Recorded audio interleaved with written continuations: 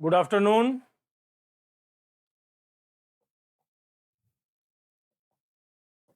तो देखिए, आज हम लोग जिन चैप्टर्स पर जो प्रैक्टिस करेंगे वह है मौर्य साम्राज्य। ध्यान से नोट कर लीजिएगा भैया। मौर्य साम्राज्य के संदर्भ में जो जो क्वेश्चन महत्वपूर्ण होंगे उसकी चर्चा करेंगे हम लोग।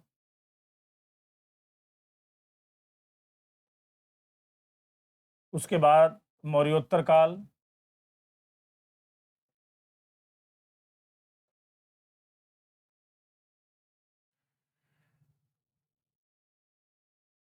मौर्योत्तर काल में देखिए किन किन बिंदुओं पर चर्चा करें, कौन कौन से चैप्टर पर। राजनीतिक इतिहास, एक एक क्रम आपको निर्धारित कर दें पहले, तब उसके बाद हम लोग प्रश्नोत्तर को देखें। राजनीतिक इतिहास जिसमें जिसमें शुंग वंश, कण्व वंश,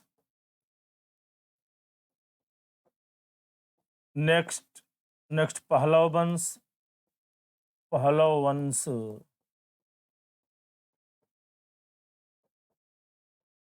सातवाहन वंश और कुषाण वंश। ठीक भैया, ये होता है मौर्योत्तर काल का जो प्रथम खंड राजनीतिक इतिहास, जिसमें ये वंश होते हैं। उसके बाद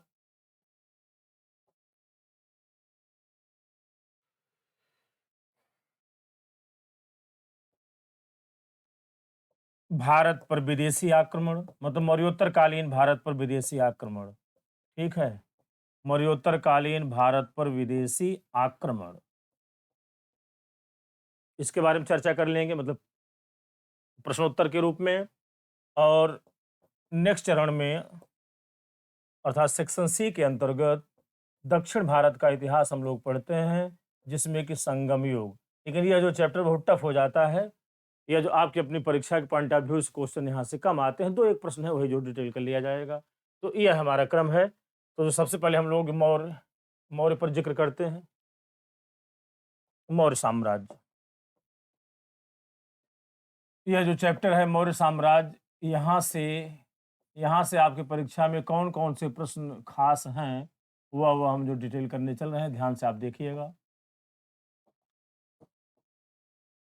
पहला प्रश्न,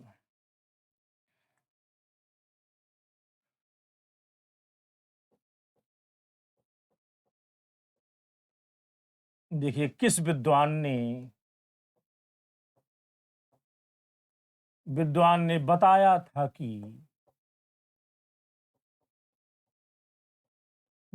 था कि मयूर मयूर मौर्यों का राजकीय चिन्ह था। मौर्यों का राजकीय चिन्ह था।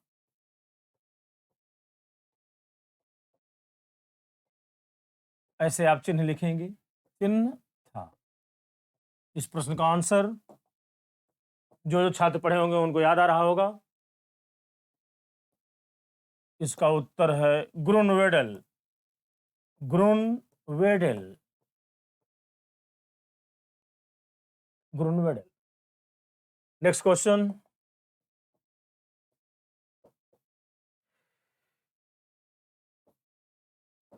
देखिए, यूनानी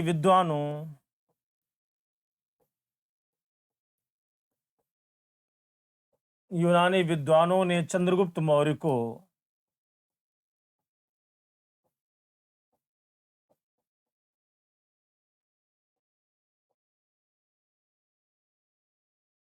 शब्द पर ध्यान दीजिएगा, सैंड्रोकोटस सैंड्रोकोटस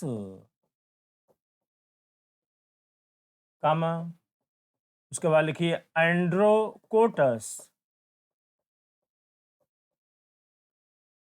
तथा तथा एंड्रोकोप्टस कोप्टस एंड्रोकोप्टस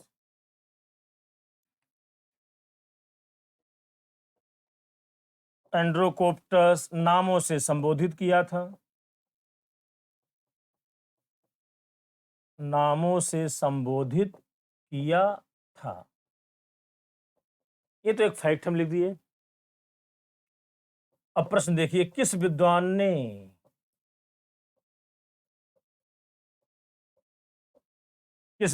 ने इन नामों का समीकरण, जो ऊपर नाम हम लिखे हैं, इन नामों का समीकरण समीकरण चंद्रगुप्त मौर्य के साथ स्थापित किया था। चंद्रगुप्त मौर्य के साथ स्थापित किया था। विद्वान का नाम बताना है आपको।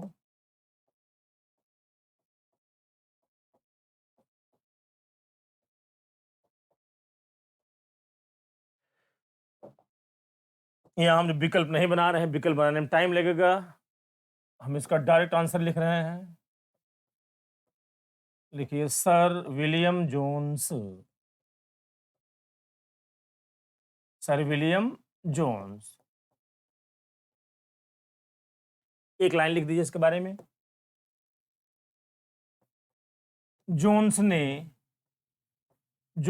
1784 ईस्वी में एशियाटिक सोसाइटी ऑफ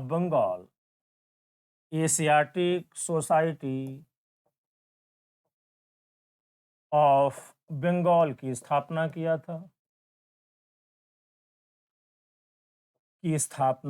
था। यह भी प्रश्न खूब पूछता है, तो जो दो दो फैक्ट आपको प्राप्त हो जाएंगी। की स्थापना किया था। ठीक भैया। Next question.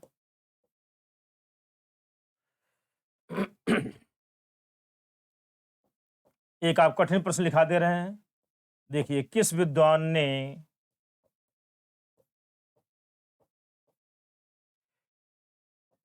ने चंद्रगुप्त मौर्य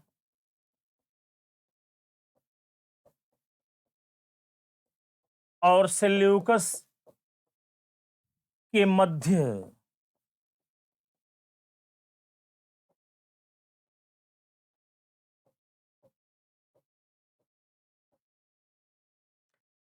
युद्ध का उल्लेख किया है?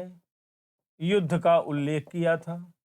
एकमात्र विद्वान है जिसने बताया था इन दोनों के मध्य युद्ध हुआ था। युद्ध का उल्लेख किया था। ठीक भैया।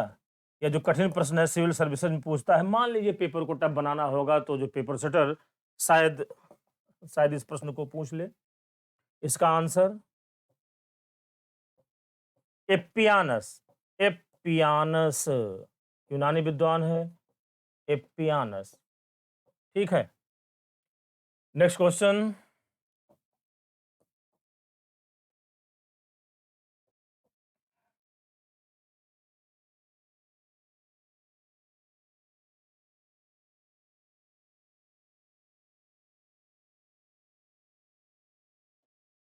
मेगास्थनीज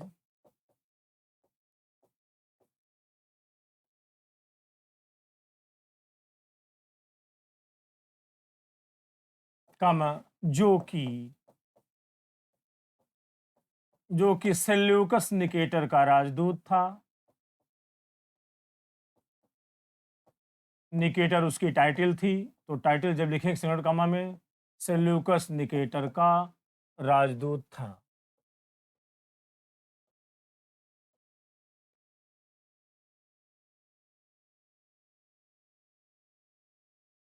और दो तीन फैक्ट को मर्ज करके एक में लिखा दे रहे हैं। और चंद्रगुप्त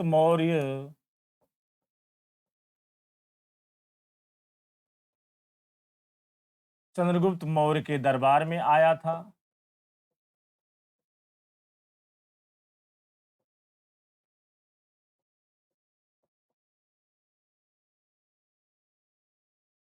लिखते रहिएगा। मेगास्थनीज ने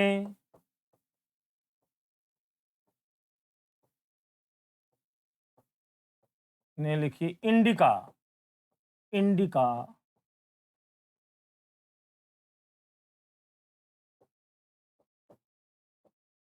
नामक ग्रंथ लिखा था।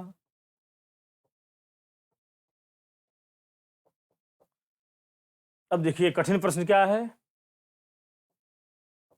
इस ग्रंथ को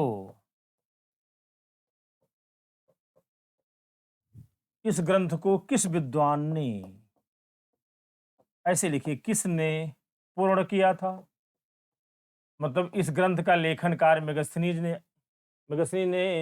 आरंभ तो किया था, लेकिन पूर्ण इसने नहीं किया था। इस ग्रंथ को किसने पूर्ण किया था। जरा आप विकल्प देखिए तो।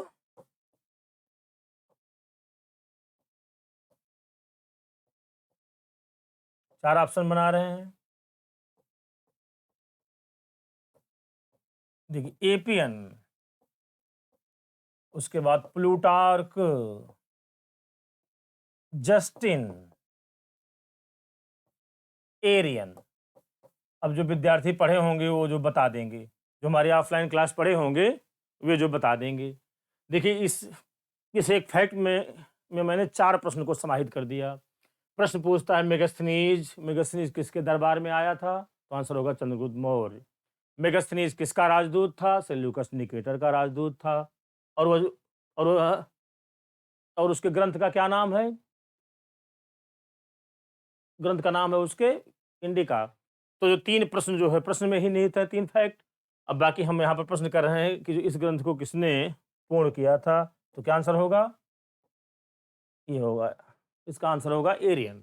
ठीक भैया। नेक्स्ट।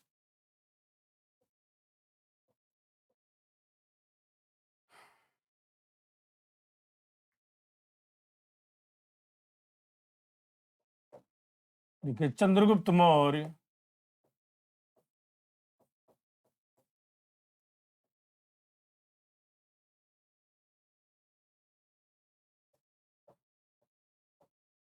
अपने जीवन काल के अंतिम समय में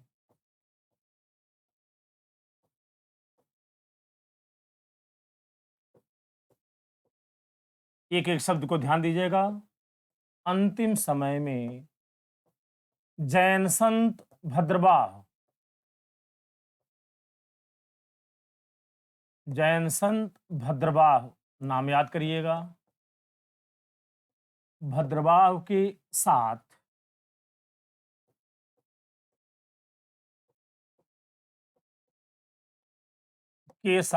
दक्षिण भारत चला गया था। देखिए, प्रश्नोत्तर का तरीका वही है, मतलब एक एक प्रश्न में कई कई प्रश्न को समाहित कर हम बना रहे हैं। ठीक भैया। जैन जैन संत भद्रवाह के साथ दक्षिण भारत चला गया था, और उसने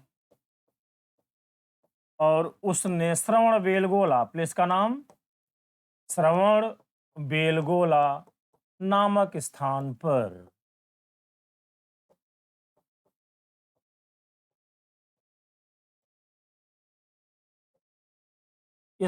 पर संलेखना विधि के द्वारा,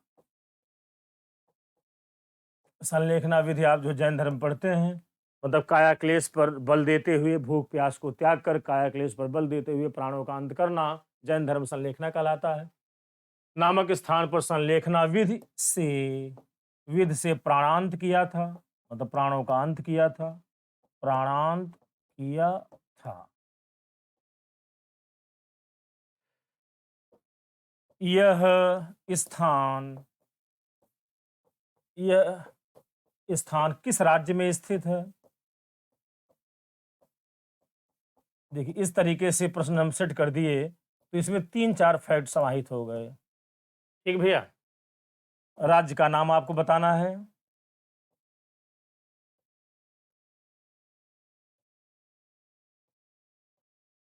महाराष्ट्र, आंध्र प्रदेश, तमिलनाडु, कर्नाटक। कर्नाटक। तो क्या आंसर हो जाएगा, कर्नाटक। अब देखिए इसमें कुल कितने फैक्ट शामिल हैं। प्रश्न पूछता है चंद्रगुप्त मौर्य अपने जीवन काल के अंतिम समय में किसके साथ दक्षिण भारत गया था, तो क्या आंसर होगा? भद्रबाह। और प्रश्न पूछता है किस प्लेस पर उसने उसने अपने प्राणों का अंत किया, तो प्लेस का नाम हो जाएगा श्रवणबेलगोला। उसके बाद प्रश्न प्रश्न करता है किस विधि से उसने प्राणों का अंत किया था, तो आंसर हो जाएगा संलेखना वेद। और यह प्लेस कहाँ पर स्थित है? कर्नाटक। ठीक है, कुल मिलाकर 4-5 प्रश्न एक फैक्ट में हम शामिल करके इसी क्रम से आपको लिखा रहे हैं। Next question.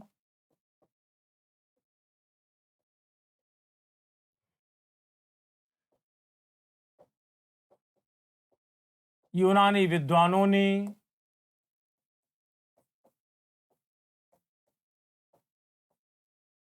बिंदुसार को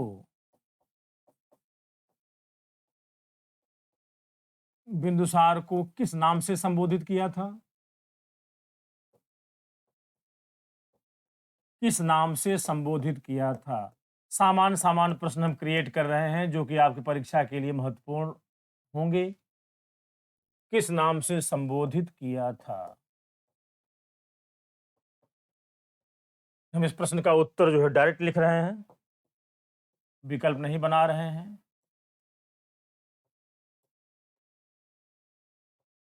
लिखिए लिखिए अमित्रोचेटस। अमित्रोचेटस यूनानी नाम है और इसका हिंदी में अर्थ क्या होता है? ब्रैकेट में लिखिए लिखिए अमित्र घात, मतलब जो अपने मित्र के साथ विश्वासघात न करे। Okay, next question.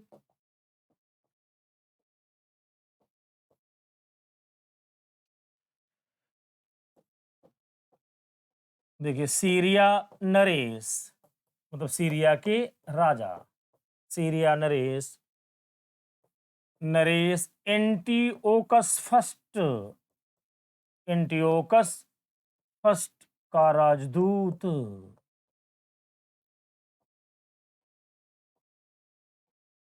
डाइमेकस, क्या नाम था उसका? डाइमेकस। डाइमेकस किसके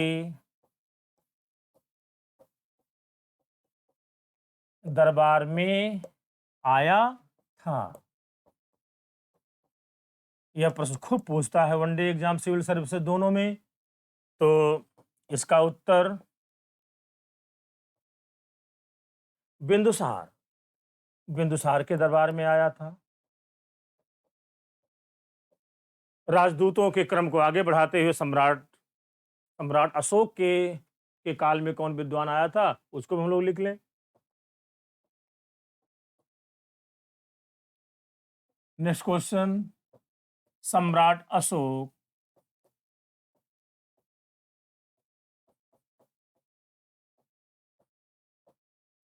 अशोक के दरबार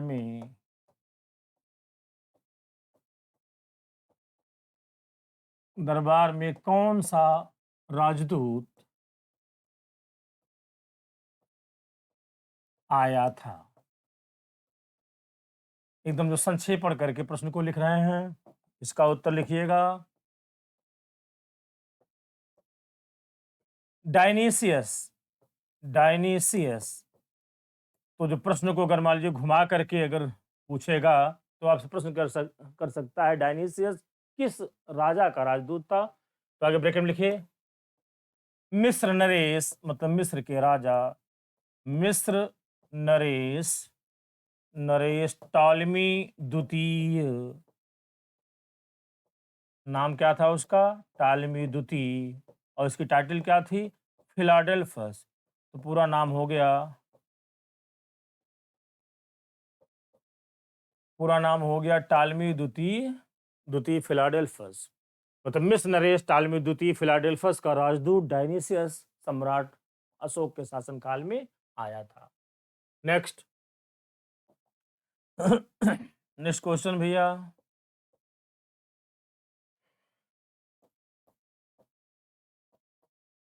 सम्राट अशोक ने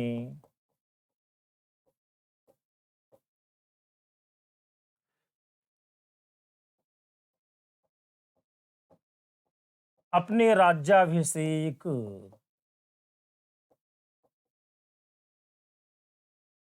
अपने राज्याभिषेक की 8 वर्ष बाद। क्या सही निकला? 9वें वर्ष। 8 वर्ष बाद या 9वें वर्ष। 9वें वर्ष। देखिए, कलिंग विजय किया था, मतलब कलिंग की विजय किया था। कलिंग विजय किया था।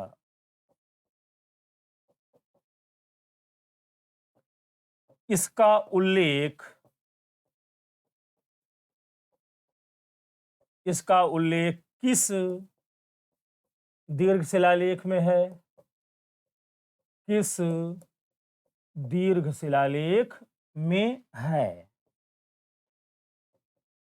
ठीक है, दो दो प्रश्न जो है, दो दो फैक्ट एक साथ लिख दे रहे हैं। आंसर आंसर लिखिए, 13वां दीर्घ शिलालेख।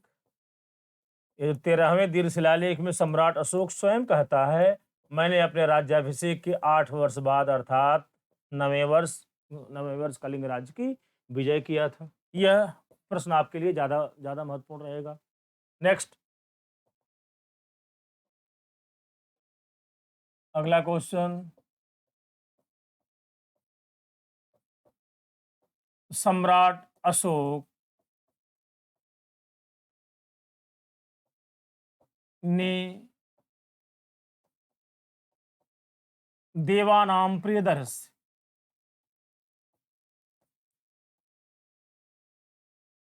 देवानाम प्रियदर्श की उपाधि धारण किया था।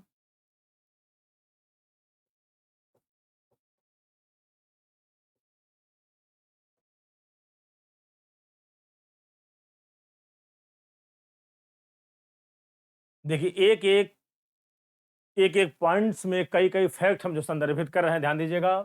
देवानाम प्रियदर्श की उपाधि धारण किया था।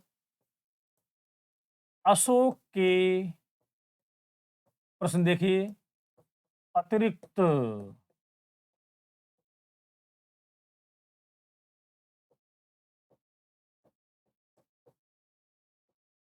अतिरिक्त कहाँ के राजा ने यह उपाधि धारण किया था? उपाधि धारण किया था। प्रश्न को घुमा करके टेक्निकल बनाकर लिख रहे हैं, जिससे कि आपको जो चतुर्दिक लाभ हो, मतलब पूरी तरह समझ पाए आप बातों को। इसका आंसर लंका नरेश। क्या नाम था? तिस। लंका नरेश तिस ने। ओके।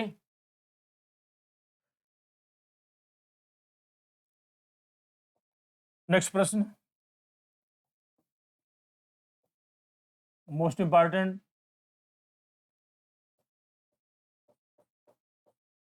अशोक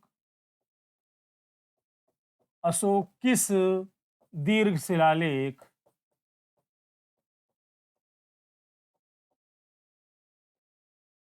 दीर्घ शिलालेख में कहता है कि,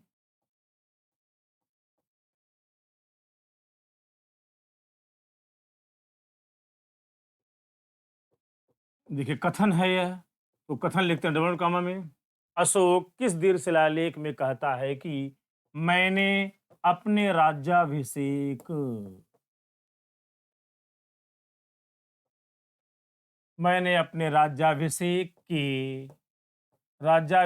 के 13 वर्ष बाद, जब हम 13 वर्ष बाद कहेंगे तो आशय क्या निकलेगा? 14वें वर्ष। 13 वर्ष बाद धम महामात्रों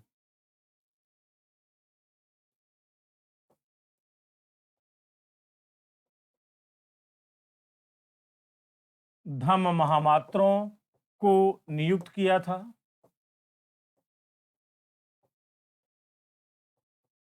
नियुक्त किया था। ठीक, इसका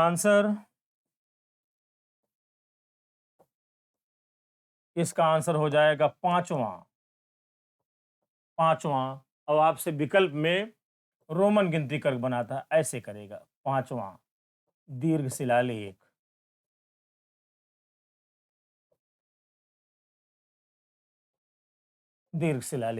ठीक है। Next question. दरअसल बच्चों देखो, मौर्य मौर्य साम्राज्य बहुत ही खास चैप्टर है, तो वहां से कुछ प्रश्न ज्यादा आपको दे रहे हैं ताकि यहाँ जो भी प्रश्न पूछे वो आपका सही हो जाए। देखिए, किस विद्वान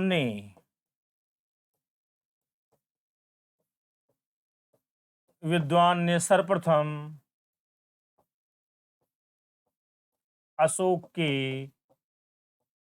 लेखों को पढ़ने का दावा किया था?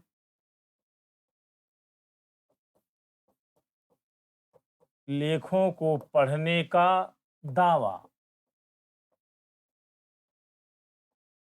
दावा प्रस्तुत किया था, मतलब यह कहा कि मैंने लेखों को पढ़ लिया है। इसका आंसर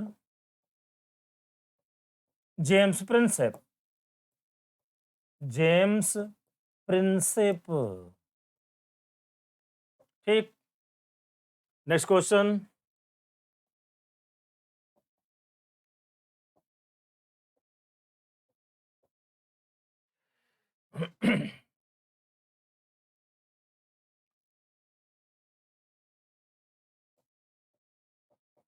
अशोक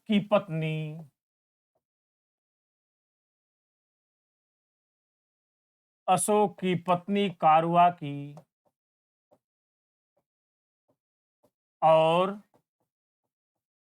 उसके पुत्र तीवर, ठीक, के नाम का उल्लेख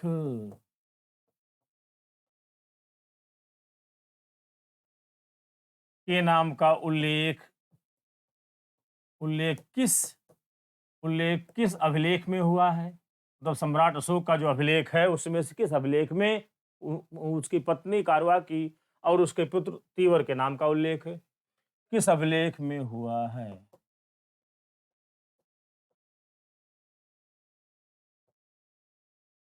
इस प्रश्न का आंसर प्रयाग।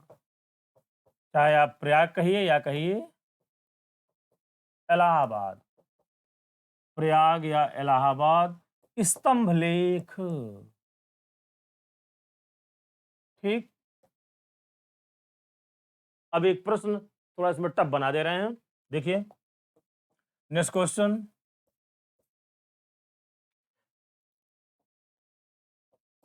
देखिए, किसने अपने ग्रंथ में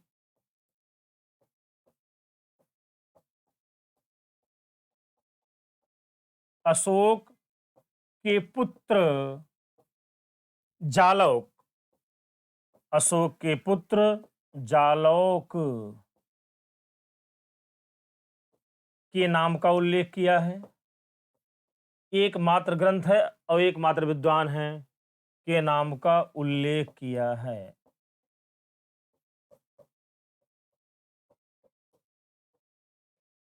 ठीक भैया। इस प्रश्न का आंसर देखिए, प्रश्न क्या है? किसने अपने ग्रंथ में अशोक के पुत्र जालौक के नाम का उल्लेख किया है? कश्मीरी कवि, मतलब कश्मीर के कवि थे, कश्मीरी कवि कल्हड़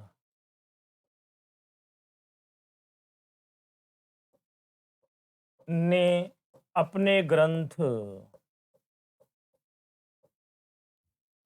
राजतरंगिणी में राजतरंगिणी में इनका ग्रंथ है राजतरंगिणी, और इसी ग्रंथ में इन्होंने अशोक के पुत्र जालौक के नाम का उल्लेख किया है।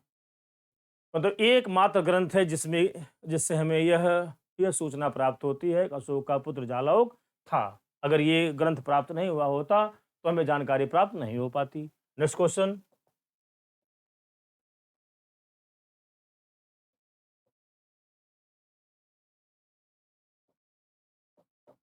मौर्य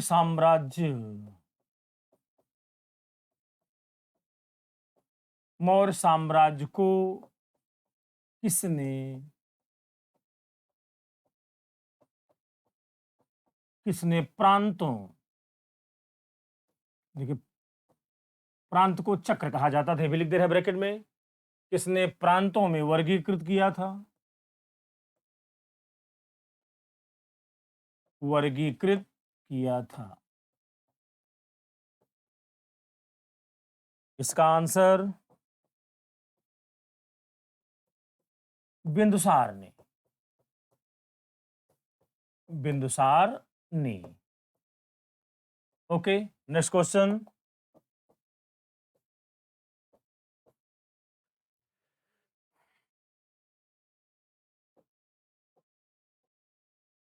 कलिंग, कलिंग की राजधानी थी, मतलब कौन सी राजधानी थी?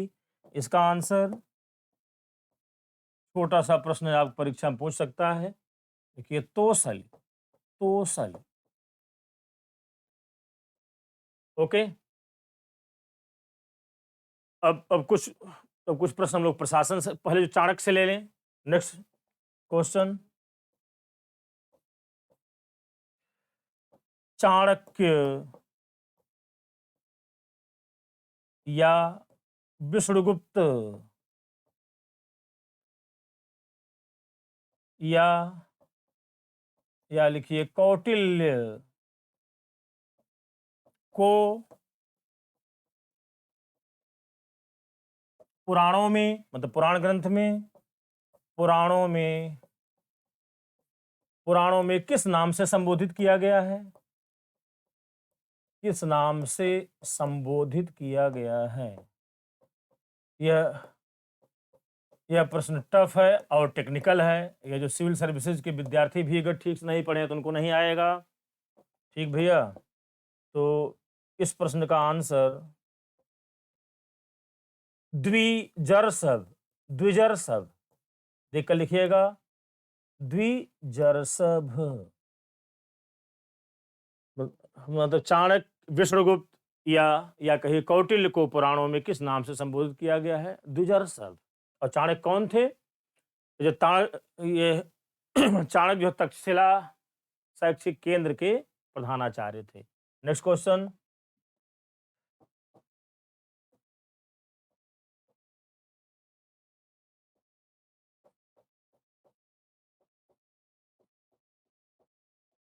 मौर्यकालीन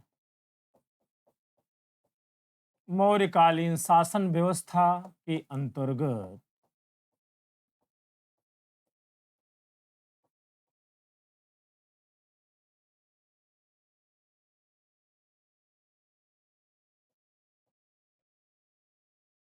रूपदर्शक रूपदर्शक नामक अधिकारी अधिकारी का प्रमुख दायित्व, दायित्व मतलब भूमिका या कार्य, प्रमुख दायित्व क्या था? रूपदर्शक बहुत ही खास फैक्ट है। रूपदर्शक, इसका आंसर क्या होगा? आंसर लिखिए, सिक्कों की देखभाल एवं जांच करना। सिक्कों की देखभाल एवं जांच करना, ये इसका मुख्य दायित्व था, मुख्य रोल था इसका। Next question.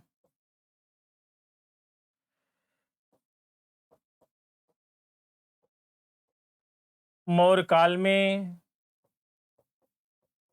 राजा या सम्राट राजा की व्यक्तिगत सुरक्षा का राजा की व्यक्तिगत सुरक्षा का अधिकारी कौन था? कौन था? इसका आंसर आंतरवंशिक। कैसे लिखा जाएगा? आंतर हुआ के ऊपर रा आ गया, आंतरवंशिक ऐसे। ठीक भैया, नेक्स्ट।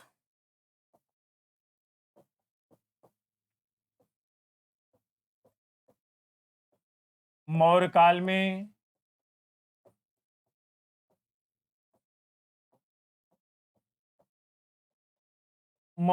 में गुप्तचर विभाग का प्रमुख अधिकारी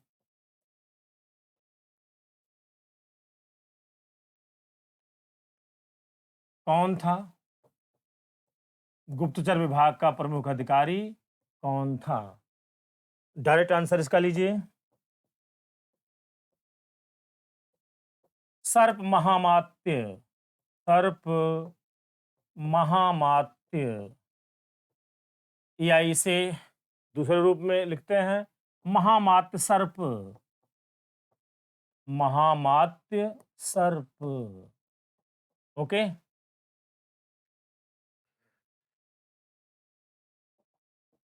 नेक्स्ट क्वेश्चन।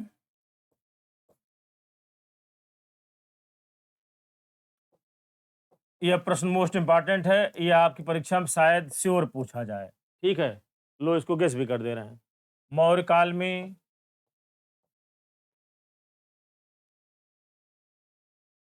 मौर्य काल में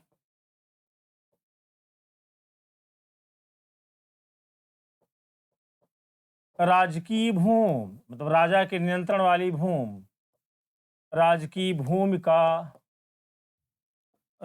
भूमि का प्रमुख अधिकारी कौन था? कौन था? आंसर इसका, आंसर लिखिए सीताध्यक्ष। सीताध्यक्ष। अगर मान लीजिए प्रश्न पूछ दिया कि सीता क्या था, बोलेगा थी नहीं, तो नोट कर लिखिए ब्रैकेट में, राजकीय भूमि को, मतलब राजा के नियंत्रण वाली भूमि को, राजकीय भूमि को सीता कहा जाता था। सीता कहा जाता था।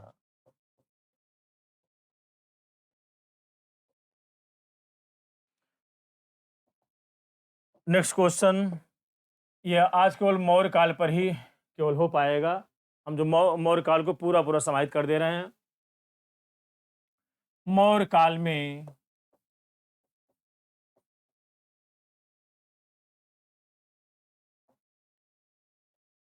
जनपद न्यायालय, जिला न्यायालय, जनपद न्यायालय का प्रमुख न्यायाधीश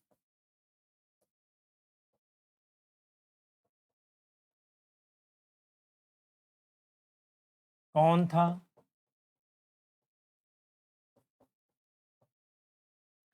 इसका आंसर, लिखिए प्रदेष्ट्रा। प्रदेष्ट्रा।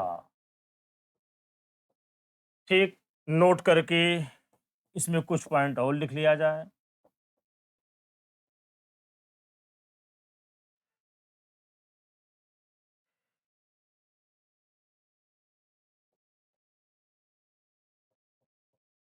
एक तरफ कर लीजिए न्यायालय और इधर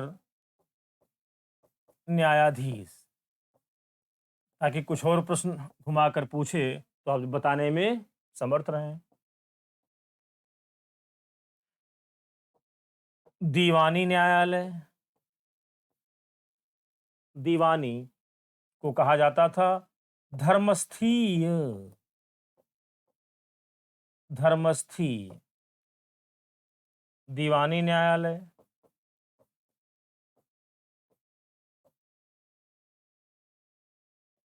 दूसरा, देखिए कंटक शोधन।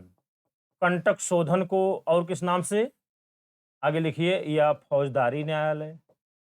फौजदारी, मारपीट, झगड़ा फसाद, गोली बारूद, फौजदारी न्यायालय। ये जो फैक्ट ऊपर लिखे उसमें आप इसको जोड़ दीजिएगा। इसका न्यायाधीश धर्मस्थ, धर्मस्थ या व्यवहारक, व्यवहारक।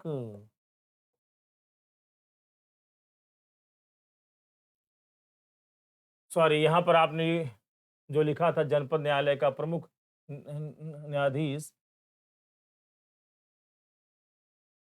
राज्य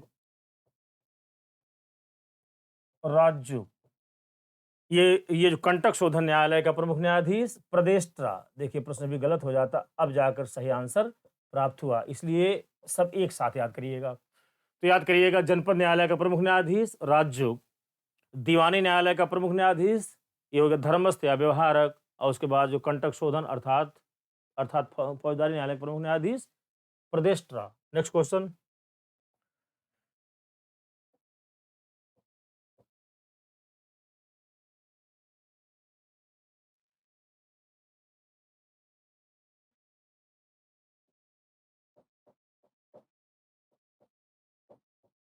मौर्य काल में किसके अनुसार दास नहीं थे? ये प्रश्न बहुत महत्वपूर्ण है। मतलब किसने कहा कि मौर्य काल में दास नहीं थे? इसका आंसर मेगस्थनीज। मेगस्थनीज ने ही बताया था कि मौर्य काल में दास नहीं थे। अ, और ये जो है तत्कालीन सामाजिक साख का विषय हो गया, तो जो है इसलिए यह प्रश्न खूब पूछता है। नेक्स्ट क्वेश्चन,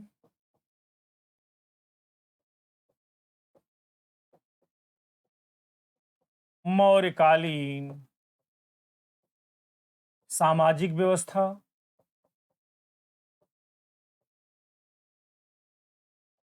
मौर्यकालीन सामाजिक व्यवस्था एवं नगर प्रशासन।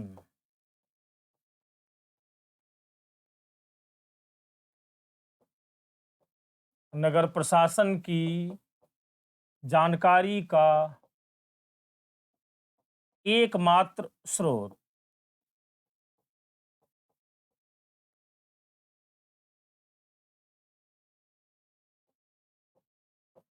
क्या था? इसका आंसर देखिए इंडिका, वही जो मेगास्थनीज का ग्रंथ इंडिका। ठीक भैया, लास्ट प्रश्न, आज की क्लास का अंतिम प्रश्न,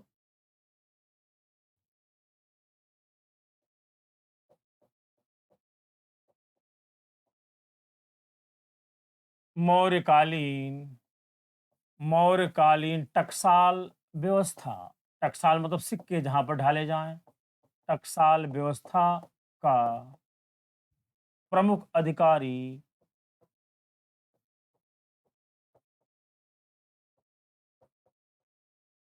कौन था? इसका उत्तर लिखा जाए, लक्षणाध्यक्ष। लक्षणाध्यक्ष। लास्ट प्रश्न, अंतिम मौर्य सम्राट कौन था, ताकि आपका मौर्य वंश पूरा हो जाए? अंतिम मौर्य सम्राट कौन था?